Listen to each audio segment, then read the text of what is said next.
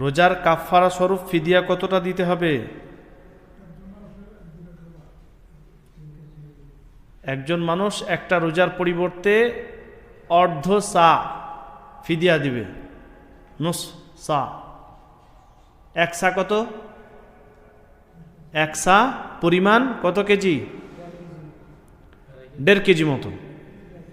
1.5 KG মতো এক সা না অর্ধ সা? তাহলে ভুল বলছেন যে এক সা। ইমাম ইবনে বাজ রহমাতুল্লাহ আলাইহি বলেন যে কাছাকাছি 3 কেজি মতো। এই জন্যই দেখবেন সৌদি আরবে সাদাকাতুল ফিতর যখন আমরা আদায় করি তখন 3 কেজি চালের বস্তা পাওয়া যায় না, 2.5 কেজির বস্তা দেখেছেন? 2.5 কেজি বস্তা দেখতে পাবেন না, কারণ সা একটা পাত্র, সেখানে যেরকম ধরনের আপনি জিনিস রাখবেন সেরকম ওজন হবে, একরকম ওজন কিন্তু হবে না। সা তো আমাদের মানে ওই পাত্র তো আমাদের কাছে নেই, ফলে আমাদেরকে কিলোগ্রামে যেতে হচ্ছে। তো কিলোগ্রামে কিন্তু পার্থক্য হয়ে যায়। এমনকি চালের মধ্যেই যে চালের কোয়ালিটি রয়েছে সেই কোয়ালিটিতেই পার্থক্য, বিভিন্ন চালের বিভিন্ন ওজন।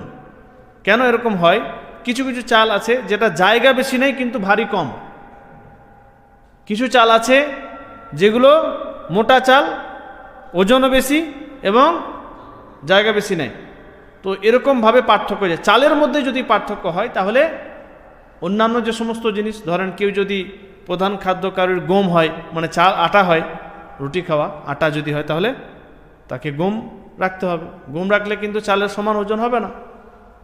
যদি কারোর প্রধান খাদ্য খেজুর হয় তাহলে সে যদি খেজুর দেয় তাহলে খেজুর চালের পরিমাণ আসবে না। তো পার্থক্য হবে, সেজন্য ওজনের পার্থক্য আছে। চালের ওজনেও পার্থক্য আছে, চালের ওজনেও পার্থক্য আছে। বিভিন্ন চাল, বাসমতি চালের দেখবেন আলাদা ওজন হবে। আমরা দেশের যেটা মোটা চাল খাই সেটা দেখবেন ওখানে রাখবেন তো আলাদা ওজন হবে।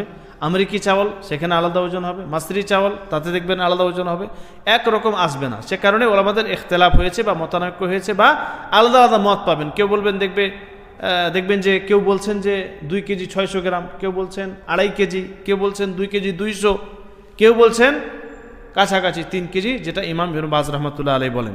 তো 3 কেজি কমপক্ষে ধরে রাখেন। একটু বেশি দিলে গরিব মিসকিনদের ফায়দা হবে, গরিব মিসকিনদেরকে বেশি দেওয়া হবে। আর এক্ষেত্রে আমরা গরিব মিসকিনদের জন্যই দিচ্ছি, তো তাদেরকে আরও 200 গ্রাম 100 গ্রাম বেশি যাক, ফায়দা হোক, আপনারও আদায় হয়ে যাবে এবং সন্দেহ থেকে আপনি বেঁচে থাকবেন।